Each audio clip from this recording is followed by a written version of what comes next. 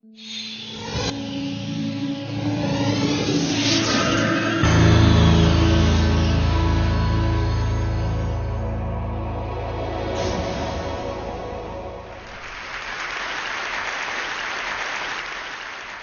debate about architecture quite often just stays on contemplating the final result, the sort of the architectural object.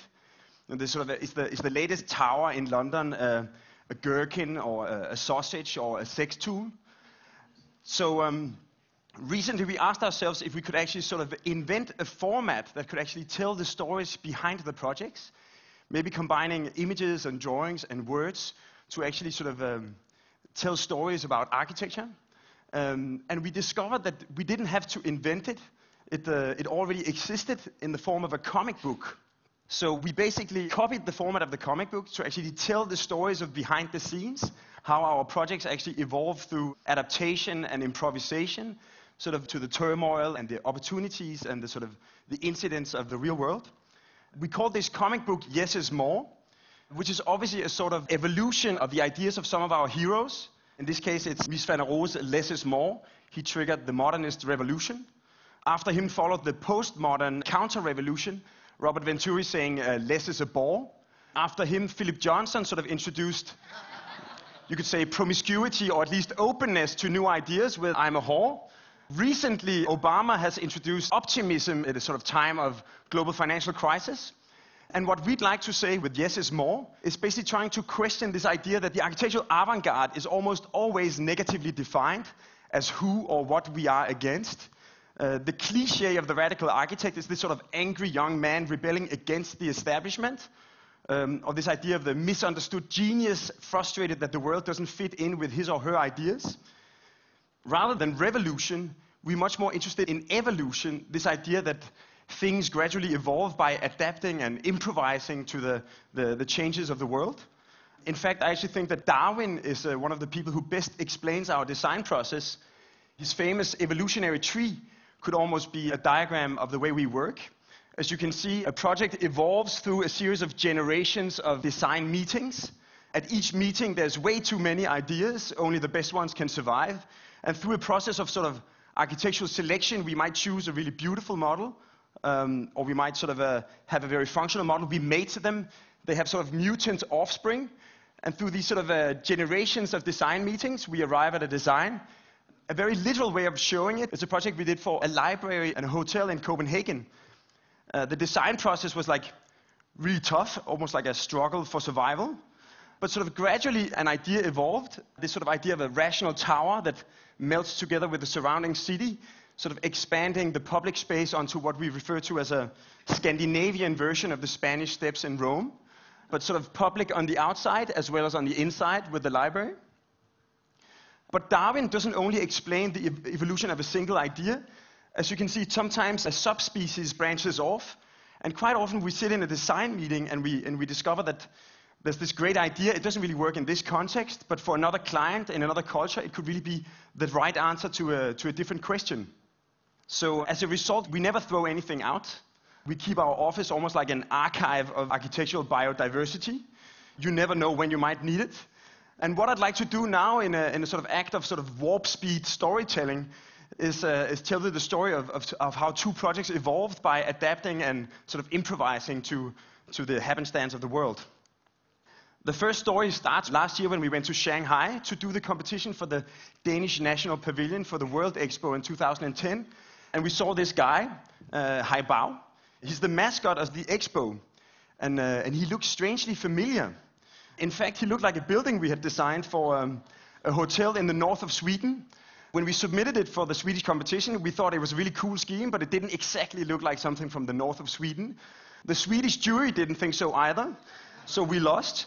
But then we had a meeting with a Chinese businessman who saw our design and said sort of, wow, that's the Chinese character for the word people. So apparently this is how you write people, as in the People's Republic of China. We even double-checked. And at the same time, we got invited to exhibit at the Shanghai Creative Industry Week. So we thought, like, this is too much of an opportunity. So we hired a feng shui master. We scaled the building up 3 times to Chinese proportions and went to China.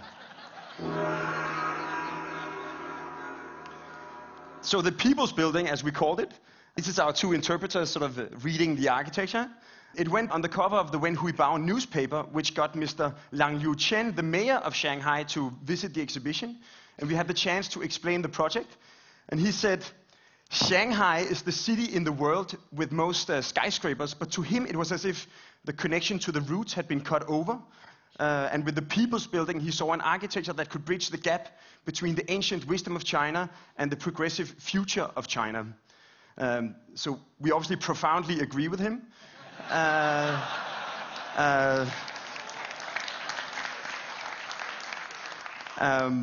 Unfortunately, Mr. Chen is now imprisoned for corruption. But like I said, Huibao looked very familiar because he is actually the Chinese character for people. And they chose this mascot because the theme of the expo is better city, better life, sustainability. And we thought like sustainability has grown into being this sort of neo-Protestant idea that, you know, it has to hurt in order to do good. You know, you're not supposed to take long warm showers, you know, you're not supposed to fly on holidays because it's bad for the environment. Because gradually you get this idea that sustainable life is less fun than normal life. So we thought that maybe it could be interesting to focus on examples where a sustainable city actually increases the quality of life. We also asked ourselves, what could Denmark possibly show China that would be relevant? You know, it's one of the biggest countries in the world, one of the smallest. China is symbolized by the dragon. In Denmark, we have a national bird, the swan. China has many great poets, but we discovered that in the People's Republic public school curriculum, they have 3 fairy tales by An Tushun, or Hans Christian Andersen, as we call him. So that means that all 1.3 billion Chinese have grown up with The Emperor's New Clothes, The Matchstick Girl, and The Little Mermaid. It's almost like a fragment of Danish culture integrated into Chinese culture. The biggest tourist attraction in China is the Great Wall. The Great Wall is the only thing that can be seen from the moon. The biggest tourist attraction in Denmark is The Little Mermaid, that can actually hardly be seen from the canal tours. And it sort of shows the difference between the two cities, Copenhagen, Shanghai, modern, European.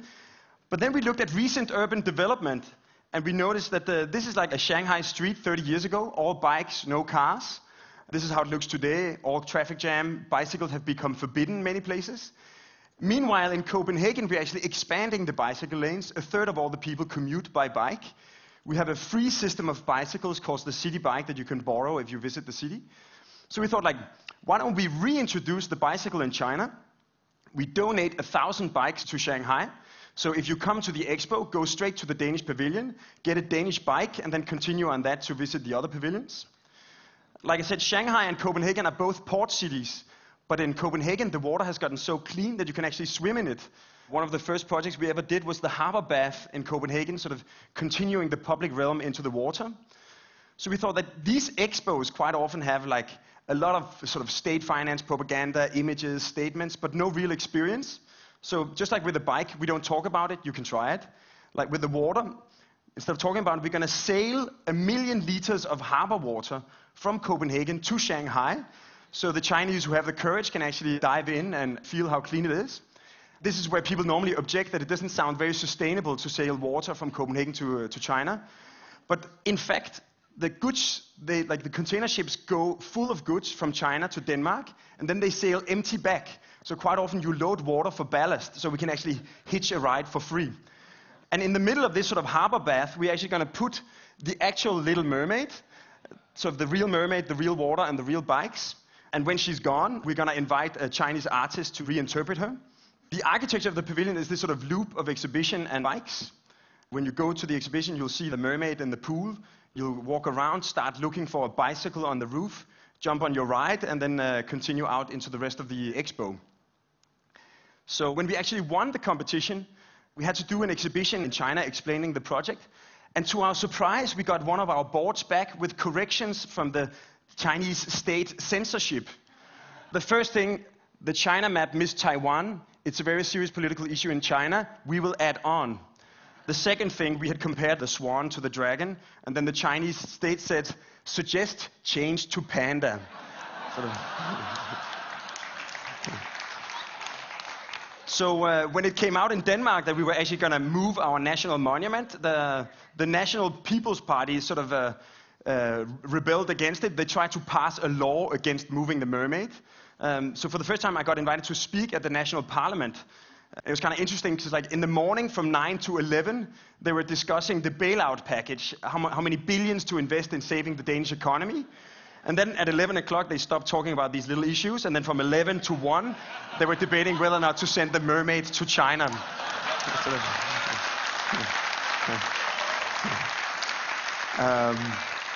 But to conclude, if you want to see the mermaid from May to December next year, don't come to Copenhagen, because she's going to be in Shanghai. If you do come to Copenhagen, you will probably see an installation by Ai Weiwei, the Chinese artist. But if the Chinese government intervenes, it might even be a panda. So the second story that I'd like to tell is actually starts in my own house. This is my apartment. This is the view from my apartment over this sort of landscape of triangular balconies that our client called the Leonardo DiCaprio balcony.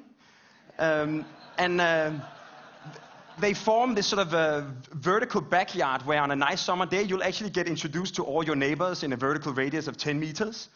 The house is sort of a distortion of a square block, trying to zigzag it to make sure that all the apartments look at the straight views instead of into each other.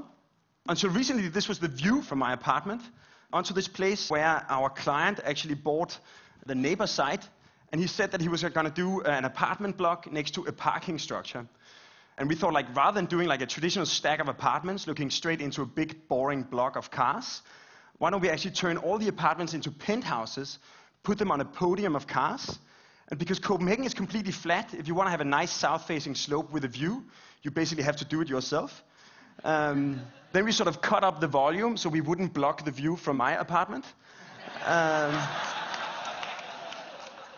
Essentially, the parking is sort of occupying the deep space underneath the apartments. And up in the sun, you have like a single layer of apartments that combine sort of all the splendors of a suburban lifestyle, like a house with a garden, with a sort of metropolitan view, and a sort of dense urban location.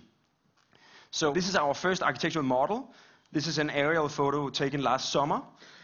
And essentially, the apartments cover the parking. They're accessed through this diagonal elevator. It's actually a standard product from Switzerland, because in Switzerland they have a natural need for diagonal elevators. And the facade of the parking, we wanted to make the parking naturally ventilated, so we needed to perforate it. And we discovered that by controlling the size of the holes, we could actually turn the entire facade into a gigantic, naturally ventilated, rasterized image. And since we always referred to the project as the mountain, we commissioned this Japanese Himalaya photographer to give us this beautiful photo of Mount Everest, making the entire building a 3,000 square meter artwork.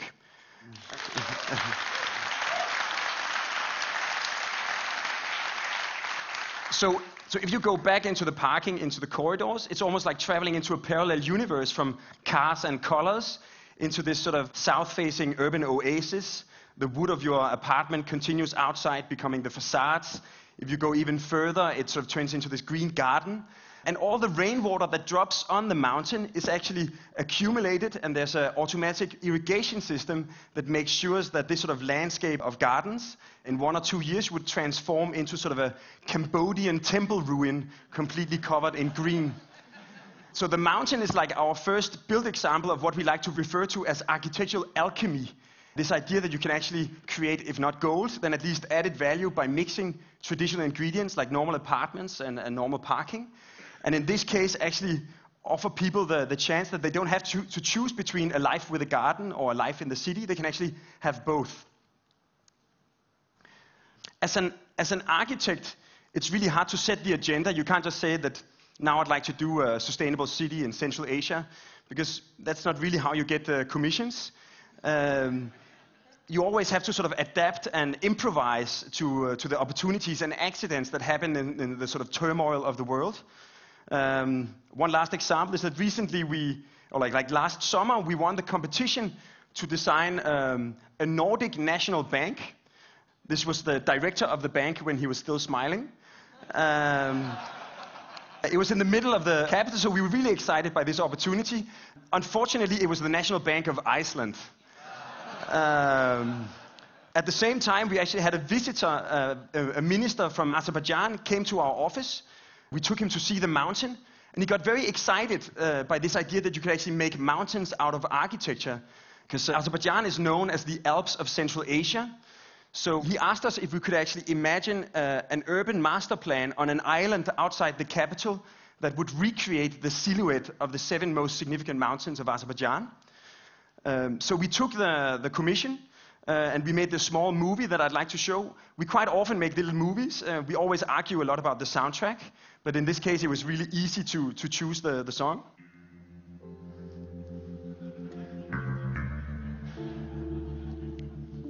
So basically Baku is this sort of crescent bay overlooking the island of Zira, the island that we are planning, almost like the diagram of their flag.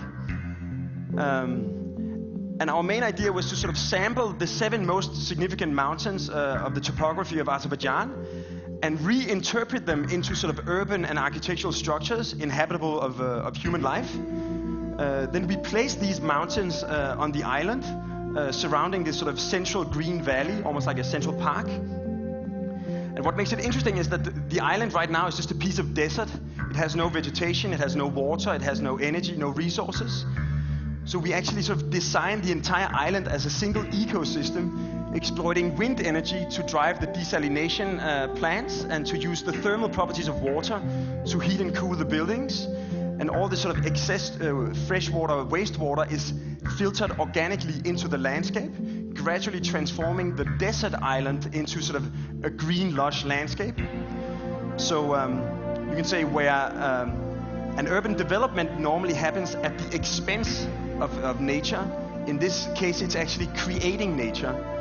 And the buildings, they don't only sort of invoke the imagery of the mountains, they also operate like mountains. They sort of create shelter from the wind, they accumulate the solar energy, they accumulate the water. So they actually transform the entire island into a single ecosystem. So we recently presented the master plan. It has gotten approved. And this summer we are starting the construction documents of the 2 first mountains in what's going to be the first carbon neutral island in Central Asia.